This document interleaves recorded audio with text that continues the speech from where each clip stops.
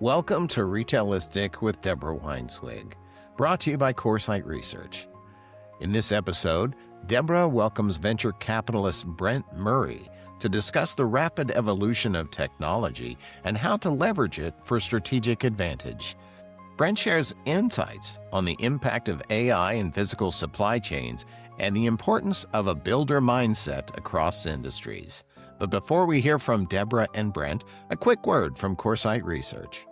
Coresight Research serves the retail community with timely research on consumer shopping behavior, trends across every retail vertical, financial outlooks for industry leaders, and the latest breakthroughs in retail technology.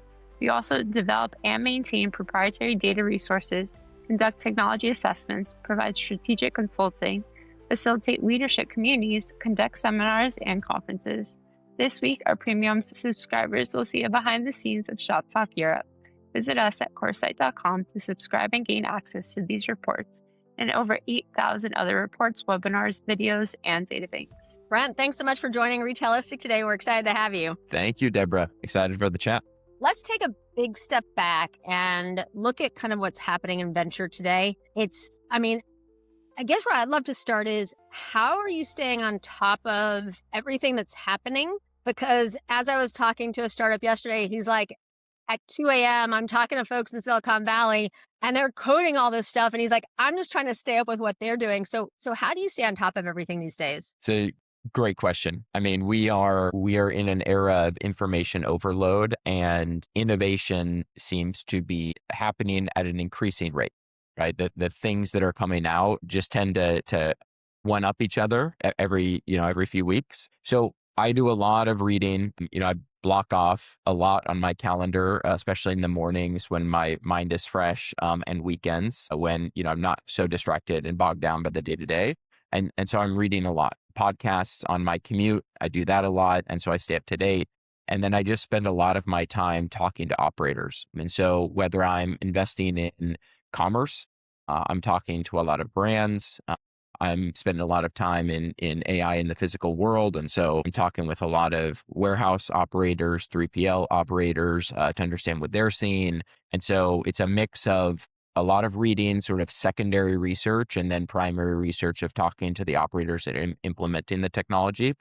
And then just a lot of hands on keyboard. I need test a lot of the things that I'm trying to invest in to see what's changed. And it's very hard to have a perspective on something if you're just looking at that one thing. But if you can compare it against the 10 other tools that you have previously used, then it gives you just a much better perspective. But I have I've been doing this for about 10 years, and I have noticed even in the last 6 months, a fire hose approach of you just have to be on your toes and on your game a lot better, because, the pace of innovation is happening so fast. And while that is scary in some regard, it is such an exciting time and such an exciting, thing that when you use some of these magical platforms and it just changes the whole way you work, it is a magical moment. And so it's a very exciting time to invest, but also, you need to stay ahead of innovation. It's so interesting. I mean, so much of what you said. So I think I mentioned to you, I'm literally not traveling the whole month of June. And what I found, let's say for the first 5 months of this year, that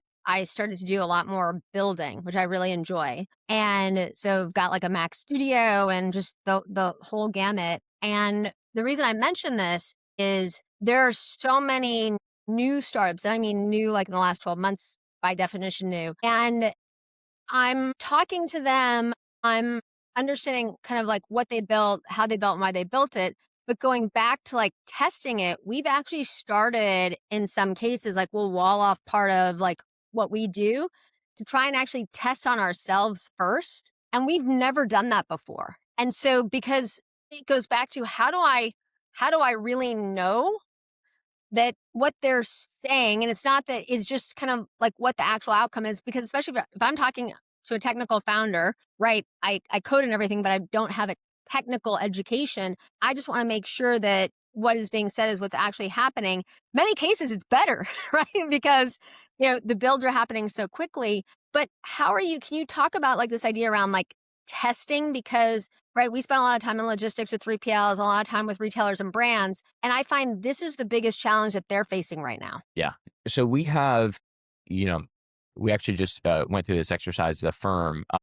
We do have an internal tech team that is very good, and they are staying at the forefront, helping us adopt.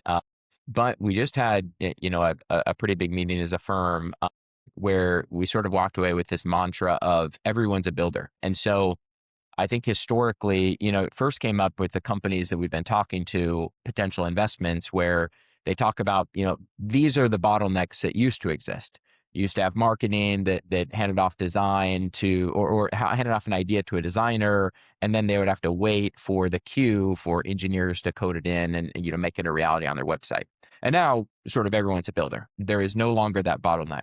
It's the same at a venture firm. Historically, when we wanted to implement a change, we would send it to our tech team. It would go through a queue. We would iterate with them. But we walked away with this mantra very recently of everyone's a builder at M13. And certainly we have to be consistent across the firm to be all using the same thing. But if we want to test out a new process, if we want to engage with Claude Code or Codex or Cursor and build something, we can do that, and we have the power to do that, and then we share it with each other. And there needs to be that absolute level of collaboration. But it is very necessary for us to test things and allow everyone at the firm to be a builder. And that's what we're starting to see in the companies we invest in. Whether it's a commerce enablement, agentic first approach, a consumer brand that they're selling to, everyone is starting to become a builder, and it's very, very fun to see. Yeah, you bring up a really important point. We started our AI Council in August of 23, so I can't believe we're almost closing in on 3 full years of these. For the first year, 18 months, we met twice a month, and now we meet once a month, but completely closed door, C-suite. We're having conversations that have truly changed how I think about things. And in our last meeting, an executive asked the question, right? Like she was asking all of us, build or buy. And it was a really interesting discussion. And how are you thinking about that right now from a tech perspective? And how are you infusing that into, your portfolio? Yeah, man, it's such a great question. Because we are, you probably see this internally yourself. The models continue to one up each other. And I think 12 months ago, it was pretty clear OpenAI was the leader. Everyone was using them. I think 3 months ago, it was pretty clear it was the opposite. Anthropic had taken over.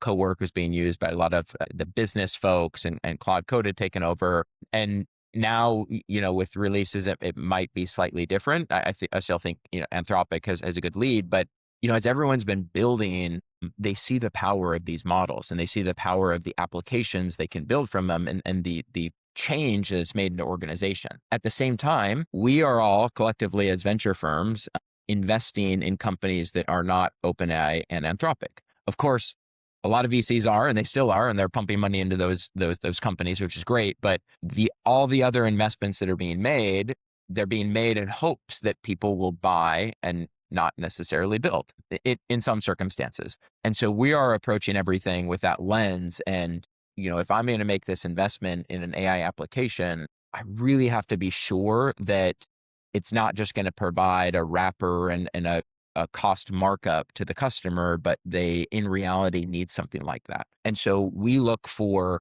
proprietary moats that the companies have that we're investing in. A great example, one investment that we made, about a year ago, and they just raised a follow-on round, is a business called Cord. And Cord Commerce provides the context layer for consumer brands to run their operations. And when we started out with Cord, Anthropic, OpenAI, they weren't really on the competitive landscape, yet. Like, yes, you could Claude Code a lot of functionality, but everyone sort of knew that you needed a little bit more business context. But I would say over the last 3 months, the conversation has come up more as Cord has been selling into e-commerce startups. They say, kind of like we're starting to build this ourselves. And so we've been doubling down on, what is defensible about Cord.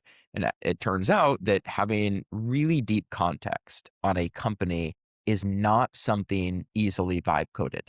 And it takes a ton of expertise on the back end to enrich data, to ingest it the right way, to model on top of it. And the way we talk about it internally is AI provides an infinite number of interns. And that is fantastic, right? You can have an intern doing every task imaginable. But if you don't have deep context and memory on what the AI is doing, it's like hiring an intern without that few months of deep training that interns need. Interns can come in and do a ton of output, but if they don't have the training, they won't have the context, and they'll do a ton of work that doesn't really deliver the end results. And so when you have a context layer like Cord, it provides your interns with that ability to train and understand what are the unique business functions that Coresight has that other research firms and, and implementation companies don't have. Jargon that you use internally, systems and processes that you've refined over the last several years to make you truly great at what you do. And so that's where we've been able to find, and we go head to head with, a technologist that is saying, "Oh, I'm building this internally." And then we test out the results, one by one, and they say, "Okay, query the data, ask it something, and then give it a suggestion to you." And time again, it turns out that, the layer with deep and rich context produces what a experienced operator would produce instead of an intern that just started yesterday and can get you the job done very quickly, but it doesn't really, provide quality output. So those are some of the things, I'm giving a specific example of one of our companies, but one of the, big things that we look for is what is that, proprietary moat that they have, whether it's data or a context layer or something like that they're going to have defensibility against the large LLMs. I think that's a great example. And I was smiling because this whole idea around interns, I've been with a lot of executives in the last few weeks, and they've all said that, first of all, I've never heard of so many high school interns. I was actually at more in the medical field 2 nights ago, a research dinner, and it was Columbia University, and they had 2 high school interns, and they were talking about, and I've heard this, I feel like this is the theme of the last 7 days, if you will, how these high school interns are starting to really, and I find like it's almost high school interns, like sophomore in high school to sophomore in college right now, whatever that age window is, that because first of all, they're still very humble, and they're asking like such great questions and trying things that I find that their value. I mean, and most of these are unpaid interns, so you can't even look at like an ROI, although ROI on your time that you're teaching them, but they're having an exponential impact on organizations. And so it's really interesting. We have I think we have 5 interns this summer, and we have our first ever high school intern. And what's fascinating is we do a whole matching process, but we actually have a whole agentic team, and that's where he wanted to work. And they interviewed him. They're like, "This is amazing." And so just kind of this idea as well of how are you almost changing your organization's thought process at a faster rate, and who's doing that for you. I mean, it's interesting, no matter what any of us do, like we need that kind of almost, I think that the questions, as opposed to someone telling you, when people ask you questions, I feel like you change in a different way. So how are you finding, right? And I know that wasn't the point of your last, but it brought up this idea that's been like, it's actually just been in the back of my mind. I'm like, why now? Like, why now are we really leaning into kind of this younger talent, and why are they having such a big impact on all of us? Yeah. It's a great question. I mean, there is a corollary to what's happened in the enterprise world, right? It used 10 years ago, you hired IBM, or this is more 20 years ago, you hired IBM because no one ever got fired for hiring IBM, right? It's the trusted sort, and it's been around for decades, and you go with tenure, right? And it's this hierarchy. And even 10 years ago, you go with the biggest SaaS company because you're not going to get fired for implementing the biggest SaaS company. It's the most trusted source. And now when you're looking at the enterprise level, companies are doing this build, right? And they're dropping their trusted SaaS platform they've been using for 10 years and democratizing the right to do the job to whatever technology does the job the best. And so I see that in talent wars now too. It's not about tenure. It's not about, experience in the field. Those are all helpful if you can also do things the most efficiently.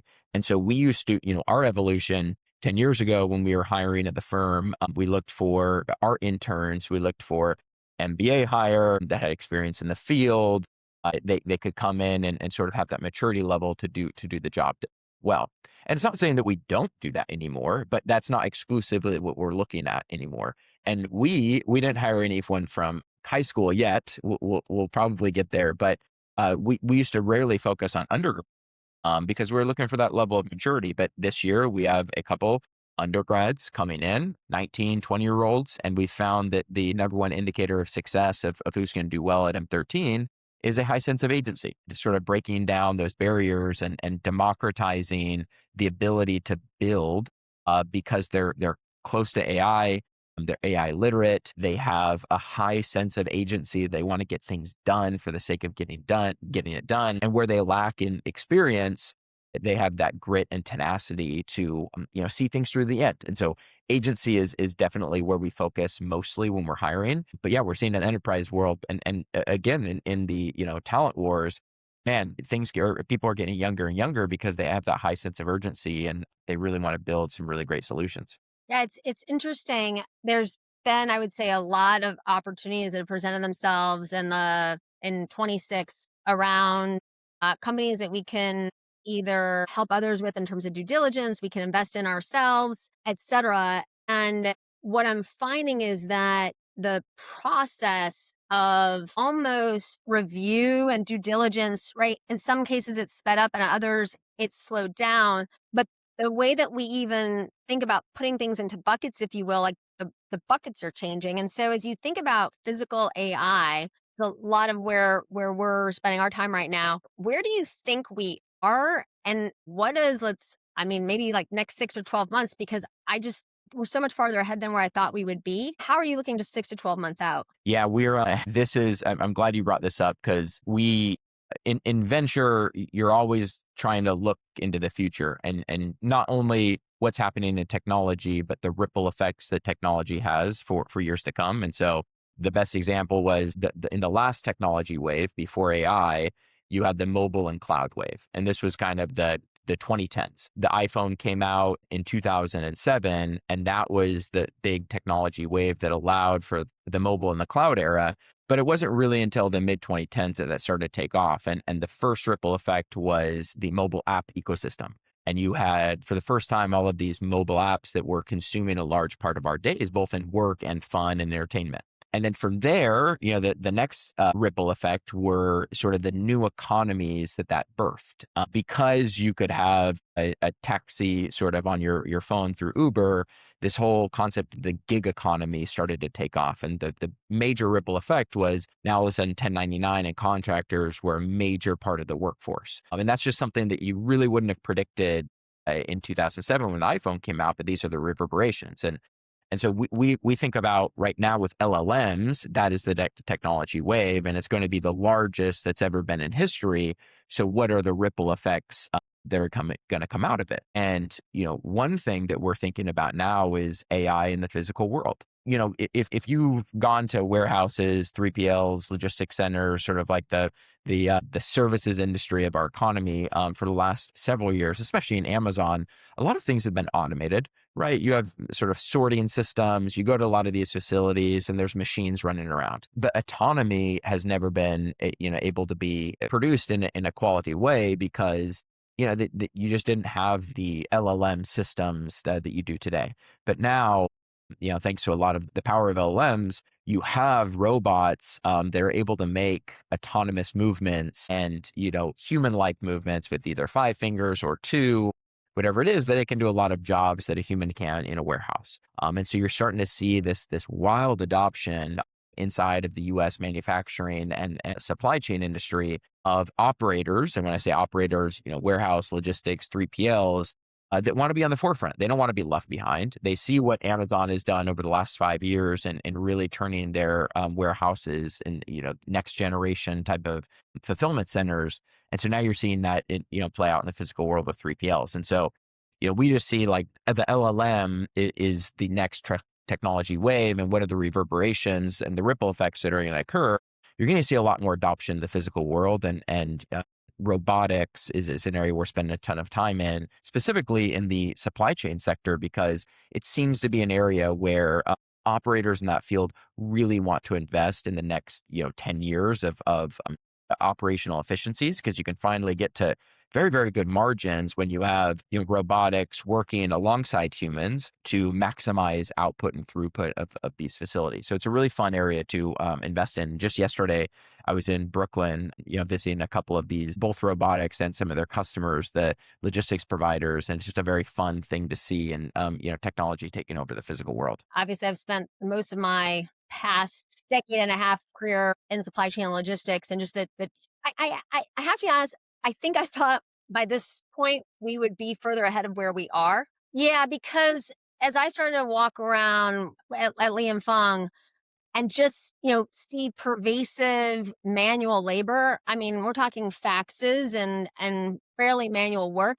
And then because of the manual aspect, if we think about it on fit, which I want to talk about as well, but right, like, so if someone was physically cutting something, somebody in the same factory could cut something inside the line, on the line, or just outside the line. So you would literally have jeans is where I think about it, like coming out of the same factory, same lines, but people like literally like hand cutting in different ways. And so I just, and then right, we would see a lot of rejects, et cetera, and a lot of kind of rework being done that I would see on the factory floor that was quite expensive. And then as we move forward and we started to work with some drone companies, more kind of trying to look at in a warehouse setting, like trying to better understand the flow of goods. And so we're still, right, I'm talking outside of the US, right, more of a global opportunity to, digitalize supply chain. Like I felt like we were sexy for like 2 months in 2020. Like, Yeah. Even pinpoint, it was like mid-April to mid-June. And then it kind of like fell away because it's so, first of all, I think the investment opportunity is immense because it is in some ways, it's such a difficult problem to solve, whether it's people being resistant or just like really connecting from raw material to consumer.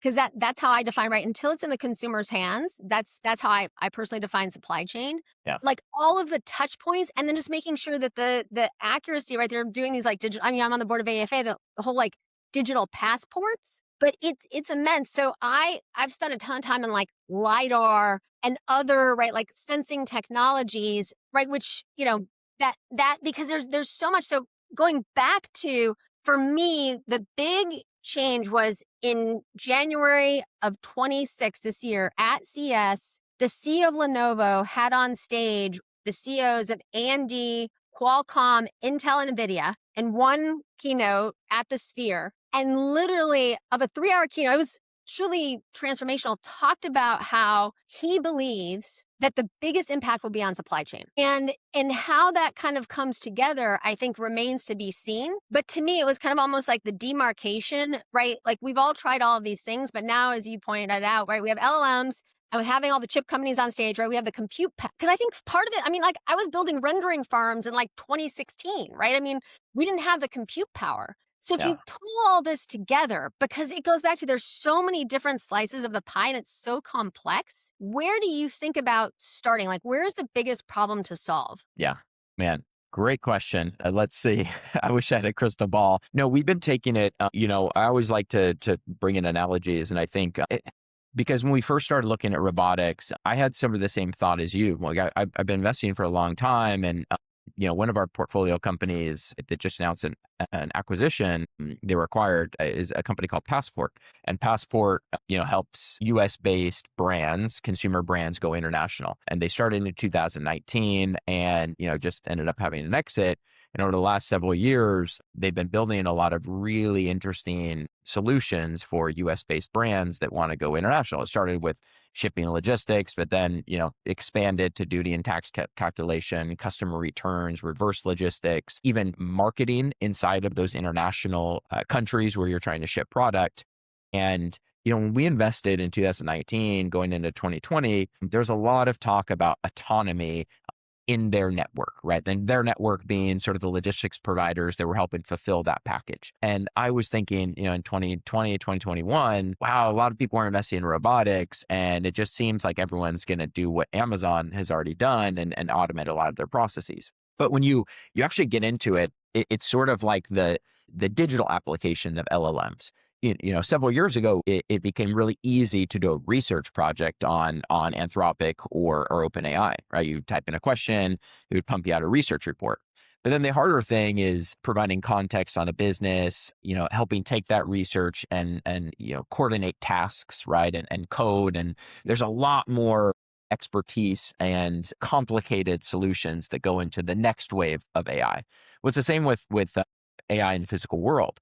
Like when you actually go to a factory floor or you go to a 3PL or a warehouse, you see a lot of things that have been automated, for several years. Sorting a box to go, left or right on the conveyor belt, closing a package and putting tape on it. Like these are things that simple robotics, not even autonomous or LLM power needs to do. But to your point, some of the more complex tasks need an immense amount of data and training data to be able to get good enough to that they're better than a human. I mean, 100% success rate where they have run times that are multiple shifts, 2 to 3 shifts, something that a human can't plug in for 8 hours a day, like one shift and just be on for, all those, not even lacking a single minute in the 8-hour stretch. And so my point is when you go to a lot of these factory floors, like we were just at somewhere yesterday, but a lot of these boxes, you don't really appreciate how complicated it is to fold some of these boxes. Right? Like some of the boxes you get on your doorstep, the Amazon package is the easiest, but a lot of these D2C boxes have these like 100 types of folds here and there, and you're watching the machine do it, and you're thinking to yourself, I couldn't even do that with 5 fingers unless I was like really, really trained on this. But you understand the thousands and thousands of hours that are fed into the LLM to allow a robot to have that exact type of specificity that a human would have after thousands of hours of doing that. And so like my broad point here is it gets really complicated inside of a warehouse. It's not just, a simple sorting something on a conveyor belt. There are a lot of complex human tasks, and that's why there's a lot of humans right now in the warehouses. But over time, with immense amount of training data that is only made possible through powerful LLMs, you can actually produce that outcome at scale. And I think that's where I get excited is like the complex intricacies of the US supply chain.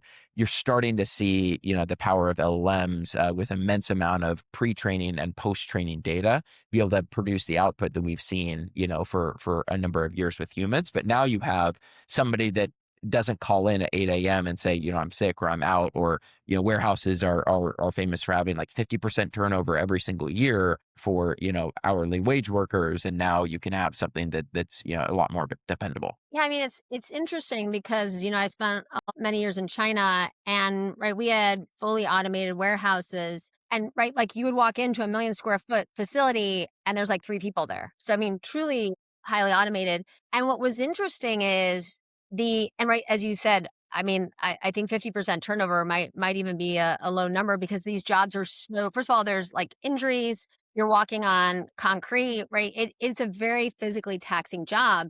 And so what we saw is, right, like some of these folks end up moving into like the knowledge economy and how that started to change organizations, right? Because when people have like from a contextual perspective, understand all of these processes, and then they can help, right? Like it was like the example you gave in terms of like research versus contextualizing that, I think was excellent because, okay, now if someone understands all of this, how do we take, right? Like going back to raw material sourcing all the way to the consumer.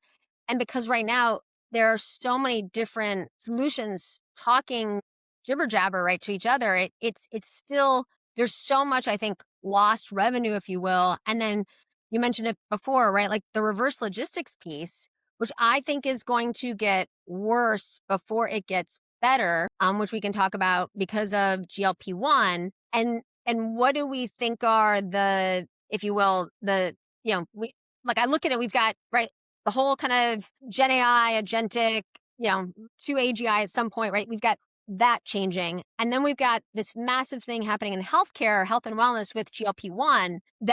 There's a lot, I'm seeing unbelievable change from both. And right, of course, there's a lot of other things happening with GLP-1. The number one thing I see, right, is people are changing size and we're seeing an uptick in returns. How are you thinking about the impact of GLP-1 on either your portfolio companies or on consumer industry at large? And what do you think are maybe some of the near-term and long-term either impacts or opportunities? Yeah, I mean, everyone saw the headlines where GLP-1s were starting to have an effect on airlines, right? And fuel costs were going down because the weight of the airplane was lighter, right? And that's just something that was really fascinating to read that first time. We think, and then the impact on food and the snack and beverage industry, plummeted sales from some of the unhealthy type of treats that you've been used to.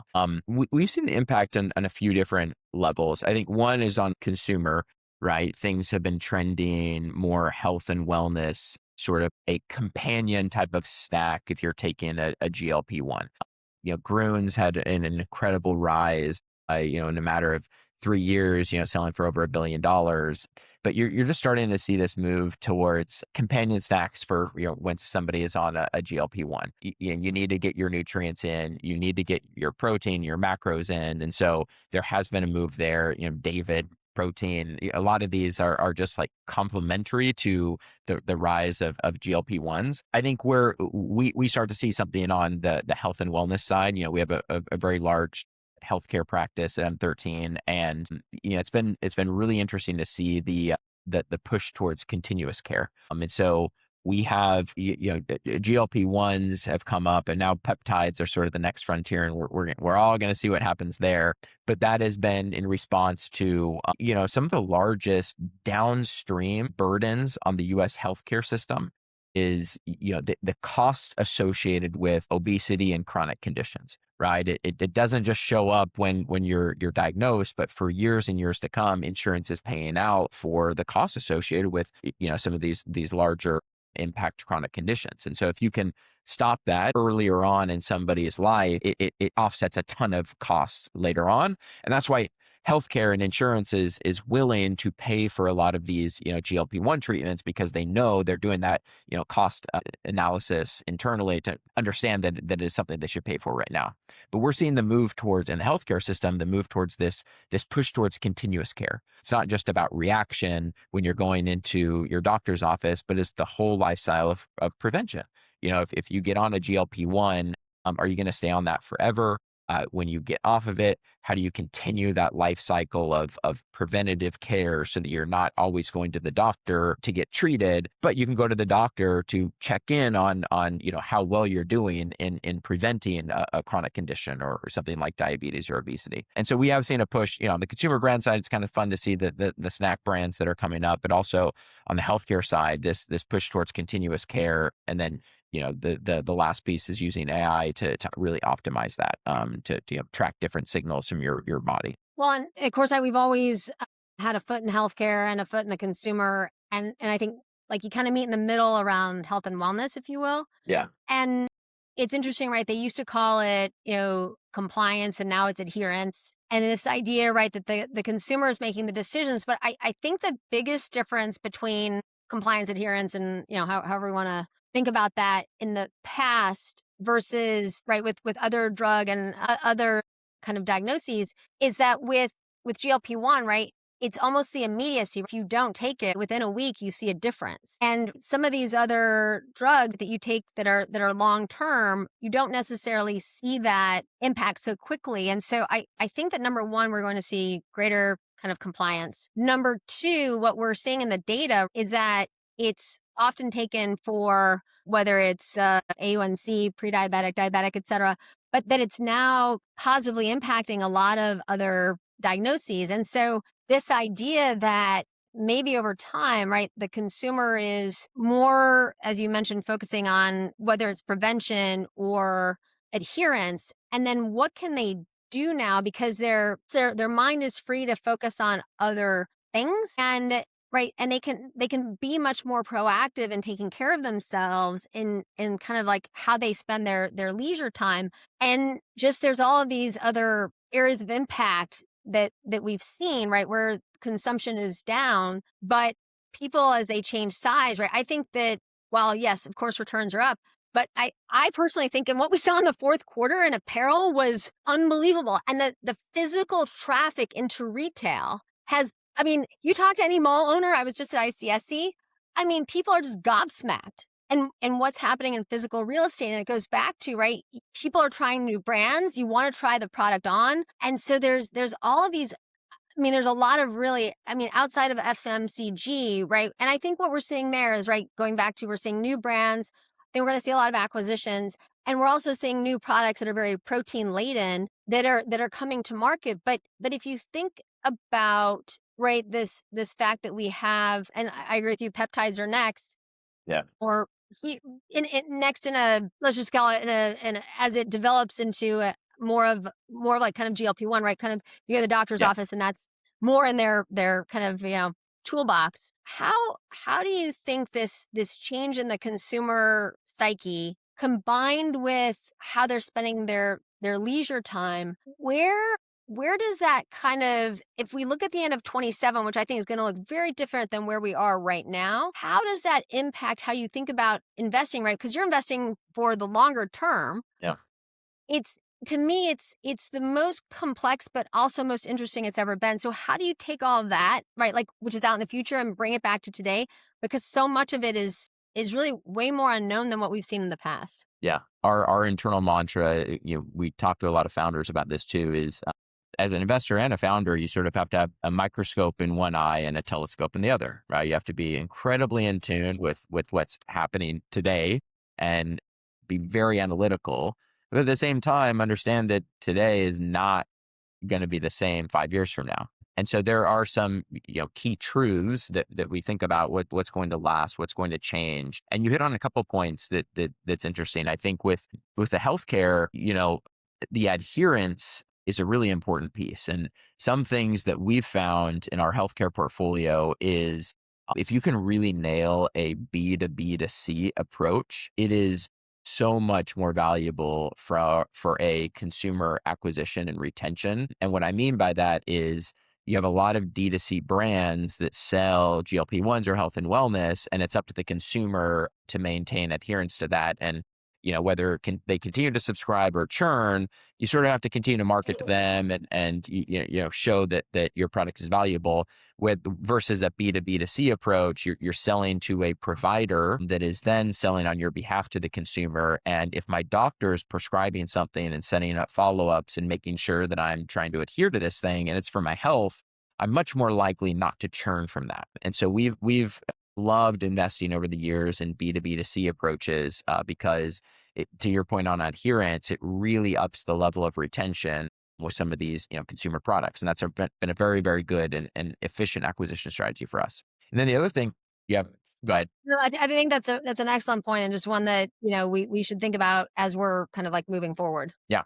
And then the other part is on physical retail. I think it's, even now as I spend a lot of time talking to agentic commerce founders and brands that are looking to get much more into agentic commerce. And, there's just an article posted the other day that online traffic has now reached a tipping point where agents are accessing web pages at a higher rate than humans. So more than 50% of website traffic is now being done by agents or bots, which is the first time in history that's happened.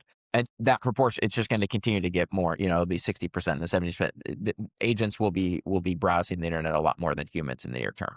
And I'm very, very excited about agentic commerce. I'm very excited about in the future, putting my telescope on. I'm going to provision an agent to do purchases on my behalf. I'm going to provision a shopping agent that knows me very, very intimately, that acts as my personal shopper to get things for me. And, I can be kept in the loop, but it'll do a lot of it autonomously.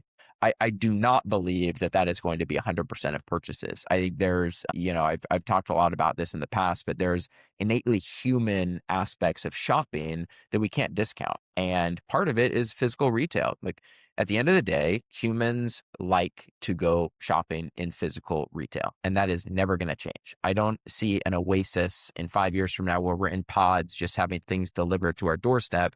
No, that, discounts a lot of human attributes like social, wanting to go on a treasure hunt, entertainment, passing a day at the mall. These things are always going to be very, very human.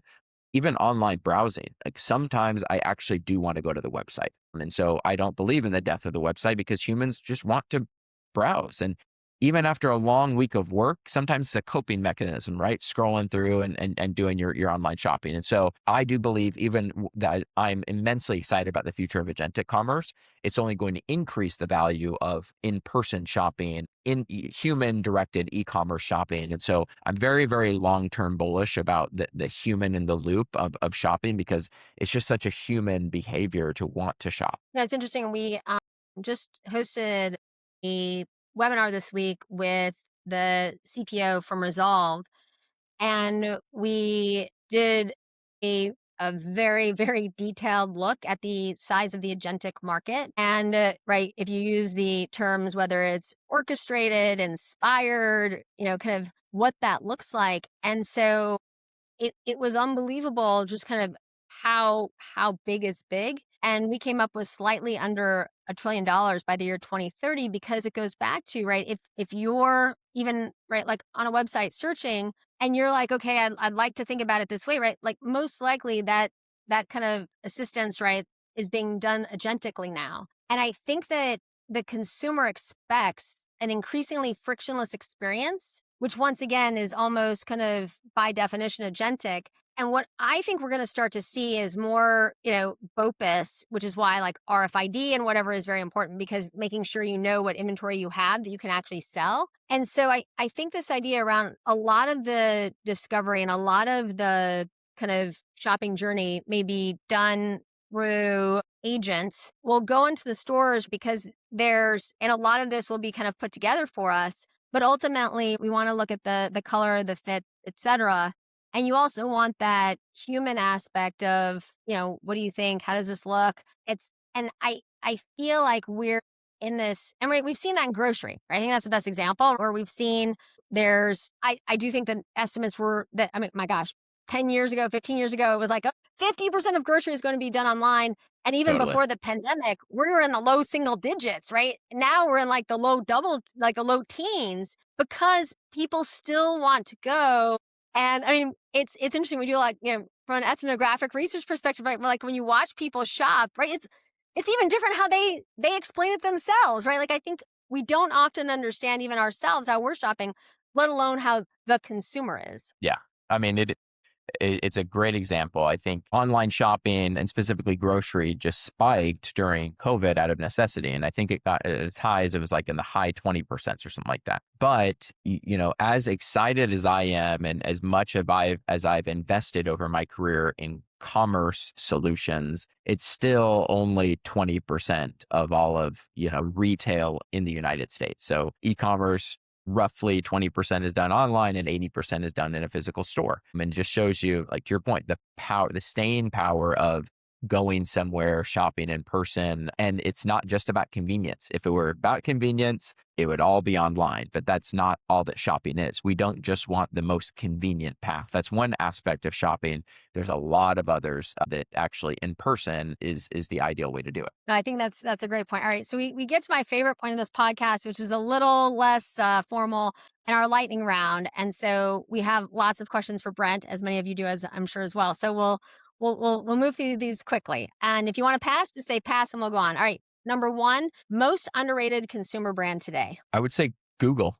It was kind of left for dead a few years ago, OpenAI, Anthropic, but the staying power, the distribution, all of the different assets across search and YouTube, it just has ultimate staying power, and it's still the verb, even though, there's others that are coming around it. I love that. Number two, most overhyped technology trend. Oh, man, I might get in trouble saying this, but agentic commerce, kind of going back to the thing we were talking about, I guess, let's be more specific, the death of the website. Yeah, I like that. Number three, one startup category you wish you saw more of. AI in the physical world, solutions for supply chain, logistics providers. I think it's the next wave, and I want to talk to everyone in the category. Favorite AI tool you use personally? It's got to be Anthropic, Claude, personal use, business use, but everything from scheduling to researching to doing tasks that our analysts were doing 12 months ago. It's doing for us every day. One book every entrepreneur should read. I think it's called Setting the Table by I know exactly. Yep, I know exactly. Danny Meyer. It was the biggest takeaway is a lot of people can do things great. A lot of restaurants can serve the same type of food, but hospitality is key. And the way somebody feels leaving your restaurant or the conversation with you or the meeting with you goes a long way. It's funny. I have to comment there and just give a shout out to Rick Darling. So when we spun out of Liam Fong, he said, you should sleep with your phone, because if a client calls, you want to pick it up no matter what time it is, day or night. And he's like, that's one of the most important things. And so I think I'm forever grateful he taught me that very early. A company you admire that is not in your portfolio. Pass. I'm only talking about my portfolio. Good. Okay. biggest mistake founders make when pitching investors? Not spending enough time on them. I agree. Earlier stage, you're making a bet on the team, and talking about your superpowers doesn't come naturally to everybody because, some people don't like to hype themselves up, but not spend enough time on the team and themselves. The next trillion-dollar company will be built around what? Physical economy, AI in the physical world. Coffee meeting or Zoom meeting? Coffee every time. What is the one thing the venture industry gets wrong? I think even how high valuations are getting, if you look at the best successes in venture, everyone always underestimated the outcome of those successes. And so I think, we're always talk about the downside, and that's great, but I think sometimes we fall into is underestimating the potential upside of an investment. And I think that's a mistake a lot of people make. It's not enough risk sometimes. Agreed. And last kind of lightning round question, and then we have a final. Fill in the blank. The future belongs to companies that are AI native. I agree with you. All right. So this is our last question for you. And thank you so much. This was so enjoyable. You spend your time looking for what's next. What is one trend, technology, or shift that every CEO, retailer, and brand leader should be paying attention to right now that they are not? I've given a common answer, but I do think LLMs are an incredible, powerful point as it relates to the physical world and a physical economy now. And so, we've been focusing on a lot of digital applications to date, and the next 5 years will surely be AI applications in the physical world. And that's an area that I'm extremely excited about. Great. Thanks so much for joining us. We really appreciate it. Thank you, Deborah. Thanks, Deborah, and thank you for joining us. If you enjoyed this episode of Retailistic, please check out our full catalog of interviews with retail industry leaders and tune in next Tuesday for another great conversation. Have a wonderful week.